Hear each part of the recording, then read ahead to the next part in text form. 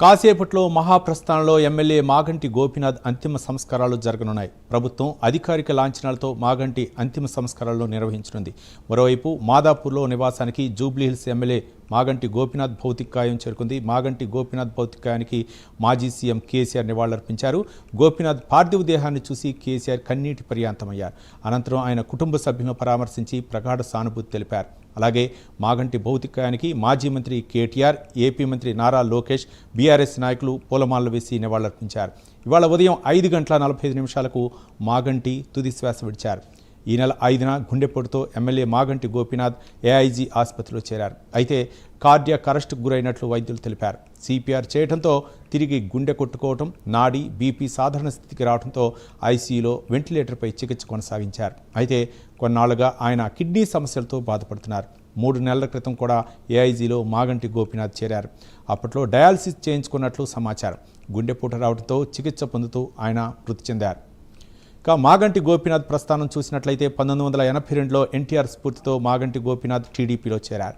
1985 నుంచి 1992 వరకు తెలుగు యువత అధ్యక్షుడిగా, 1987, 1988లో హైదరాబాద్ అర్బన్ డెవలప్మెంట్ అథారిటీ డైరెక్టర్గా ఆయన పనిచేశారు. అలాగే 1988 నుంచి 93 వరకు వినియోగదారుల ఫోరం అధ్యక్షుడిగా మాగంటి గోపీనాథ్ పనిచేశారు. అలాగే బీఆర్ఎస్లో వివిధ హోదాల్లో కూడా ఆయన పనిచేశారు.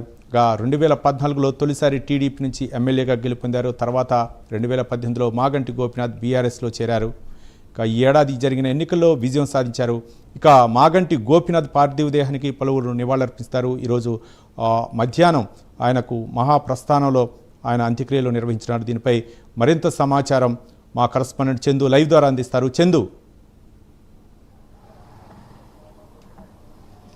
రవి, ఎమ్మెల్యే మాగంటి గోపీనాథ్ పార్థివ దేహం అంతిమయాత్ర మరి కాసేపట్లో ప్రారంభం కాబోతోంది. ఇప్పుడు దాని తగ్గట్టు ఏర్పాట్లు కూడా చేస్తూ ఉన్నారు. మహాప్రస్థానంలో మధ్యాహ్నం 3 గంటలకు ఆయన అంత్యక్రియలు జరుగుతాయి. అధికార లాంఛనాలతోనే అంత్యక్రియలు జరగబోతున్నాయి. ఇప్పటికే పలువురు నేతలంతా కూడా వచ్చి ఆయనకు నివాళులు కూడా అర్పించారు. కొద్దిసేపటి క్రితమే మాజీ సీఎం కేసీఆర్ ఇక్కడ చేరుకొని ఆయన పార్థివ దేహానికి నివాళులర్పించి ఆ సమయంలో కేసీఆర్ కన్నీటి పర్యంతం కూడా అయ్యారు మాగంటి గోపీనాథ్ చూసి. ఎందుకంటే మాగంటి గోపీనాథ్ కేసీఆర్ కూడా అత్యంత సన్నిహితంగానే ఉండేవారు. ఎందుకంటే కేటీఆర్కు అత్యంత సన్నిహితంగా ఉన్నారు. అదేవిధంగా కేటీఆర్ తనయుడు హిమాంశుకు మాగంటి గోపీనాథ్ కుమారుడు వాత్సల్యనాథ్ ఇద్దరు కూడా స్నేహితులు కావడంతో మొదటి నుంచి కూడా వాళ్ళకి సంబంధాలు బాగా ఉన్నాయి. ఈ క్రమంలోనే కేసీఆర్ కన్నీటి పరిణితమయ్యారు. ఆ తర్వాత కుటుంబ సభ్యులను అక్కడ కూర్చొని ఓదార్చారు. అదే సమయంలో అక్కడికి ఏపీ మంత్రి నారా లోకేష్, అదేవిధంగా బ్రాహ్మణి కూడా ఇక్కడికి వచ్చి మాగంటి గోపీనాథ్ పార్థివ దేహానికి నివాళులర్పించిన తర్వాత వాళ్ళంతా కూడా కుటుంబ సభ్యులను పరామర్శించి ఓదార్చినట్టు జరిగింది. ఇప్పటికే చాలా మంది ప్రముఖులు అయితే వచ్చారు. కొద్దిసేపటి క్రితమే ఈటెల రాజేందర్ కూడా వచ్చారు. అదేవిధంగా ఎమ్మెల్సీ కవిత కూడా కొద్దిసేపటి క్రితమే మాగంటి గోపీనాథ్ పార్థివ దేహానికి నివాళులర్పించారు. మొత్తంగా చూసినట్టయితే మాగంటి గోపీనాథ్ చిన్న వయసులోనే రాజకీయాల్లోకి వచ్చారు. ఆయన రాజకీయాలకు అనూహ్యంగా రాయించారు. ముఖ్యంగా ఎన్టీఆర్ స్ఫూర్తితో 1982లోనే టీడీపీ పార్టీలో చేరారు. ఆ సమయంలో చాలా క్రియాశీలకంగా ఆయన వ్యవహరించారు. ఎన్టీఆర్కి అత్యంత సన్నిహితంగా కూడా ఉండేవారు. ఆయన పలుమార్లు మనతో మాట్లాడినప్పుడు కూడా అదే విషయాన్ని చెప్పారు. ఎన్టీఆర్ అంటే తనకు చాలా ఇష్టం అని చెప్పేవారు. ఎన్టీఆర్ స్ఫూర్తితో రాజకీయాలకు వచ్చి చెప్పారు. ఒక సమయంలో అంటే చంద్రబాబు ఏదైతే సంక్షోభం సమయంలో కూడా ఆయన ఎన్టీఆర్ వెన్నంటే ఉన్నారు, ఎన్టీఆర్తోనే ఉన్నారు. ఎప్పుడు ఏ సందర్భం వచ్చినప్పుడల్లా కూడా ఆయన ఎన్టీఆర్ గురించి ప్రస్తావిస్తూ ఉన్నారు. ఆయనకు అత్యంత ఇష్టమైన నాయకులు ఎన్టీ రామారావు, ఆ తర్వాత కేసీఆర్ అనే విషయాన్ని కూడా మీడియా ప్రతినిధులతో ఎప్పుడు కూడా చిట్చాట్ చేస్తూ ఆయన మాట్లాడుతూ ఉండేవారు. ముఖ్యంగా చూసినట్టయితే ఆయన రాజకీయాలకు వచ్చిన తర్వాత తెలుగు యువత అధ్యక్షుడిగా పనిచేశారు. అదేవిధంగా హైదరాబాద్ జిల్లా టీడీపీ అధ్యక్షుడిగా పనిచేశారు. వినియోగదారుల ఫోరం అధ్యక్షుడిగా పనిచేశారు. అర్బన్ డెవలప్మెంట్ అథారిటీ డైరెక్టర్గా పనిచేశారు. ఆయన మొదటి నుంచి కూడా హైదరాబాద్ సిటీతో అనుబంధం ఉంది. హైదరాబాద్ సిటీలోనే ఆయన పుట్టి పెరిగారు కాబట్టి ఇక్కడ వాతావరణం కాబట్టి ఇక్కడ పూర్తిగా ఆయన ఇక్కడ మమేకమై ఉన్నారు కాబట్టి ఆయనకు అభిమానులు కూడా చాలా మంది ఉన్నారు. వాళ్ళంతా కూడా శోకతత్వంతో మొత్తం మునిగిపోయిన పరిస్థితి కనిపిస్తుంది. కన్నీటి పర్యంతం పరిస్థితి కనిపిస్తుంది.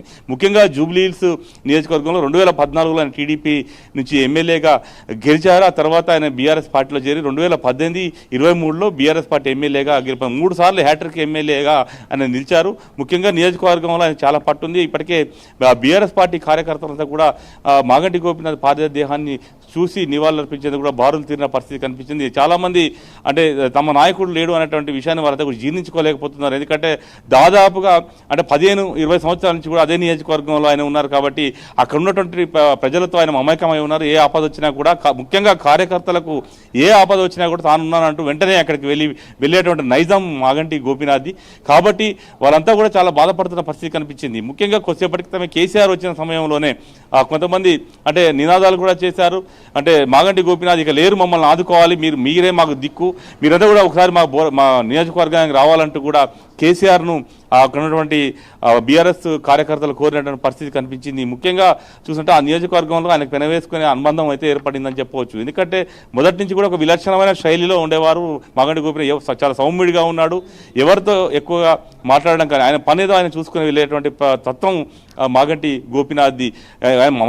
ఎవరైనా మాట్లాడేటువంటి పరిస్థితి కనిపించింది. ముఖ్యంగా పార్టీ సంబంధించినటువంటి వ్యవహారం అంటే ఏ పార్టీలో ఉన్నా, టీడీపీ పార్టీలో ఉన్నప్పటికీ కూడా నిబద్ధతతోనే ఆ పార్టీకి పనిచేశారు. అదేవిధంగా బీఆర్ఎస్ పార్టీలో ఉన్నా కూడా చాలా నిబద్ధతగా నిజాయితీ పార్టీ కమిట్మెంట్ వర్కర్లా ఆయన పనిచేశారు. ముఖ్యంగా పార్టీ ఏ ప్రోగ్రామ్ ఇచ్చినా కూడా ఖచ్చితంగా సక్సెస్ చేసి తీరేవారు. ఆ క్రమంలోనే పలుసార్లు అటు కేటీఆర్ మన్నలను కూడా పొందినటువంటి పరిస్థితి ఉంది. ఇటీవల బీఆర్ఎస్ పార్టీ రజతోత్సవ సభ సమయంలోనూ మొత్తం తెలంగాణ భవన్ అలంకరణ మొత్తం ఆయన ఆధ్వర్యంలో జరిగింది. ఆ క్రమంలో ఆయన ఆరోగ్యం సరిగా లేకపోయినప్పటికీ కూడా ఆయన పార్టీ కార్యాలయానికి వచ్చి పార్టీ కార్యాలయం అలంకరణ ఎలా జరుగుతుంది అనేటువంటి అన్ని అంశాలను కూడా చూసినటువంటి పరిస్థితి. మొత్తంగా చూసినట్టయితే అందరితో మాగంటి గోపీనాథ్ చాలా మంచిగా ఉండేవారు. ఈ క్రమంలోనే పెద్ద ఎత్తున నేతలు పార్టీలకు అతీతంగా రాజకీయ పార్టీ నేతలంతా కూడా ఇక్కడ చేరుకొని మాగంటి గోపీనాథ్ పార్థివ దేహానికి నివాళులర్పిస్తాం. మరి కాసేపట్లో కేంద్ర మంత్రి కిషన్ రెడ్డి కూడా ఇక్కడ రాబోతున్నట్టు కూడా తెలుస్తా ఉంది. Ravi, right, thank you Chandu.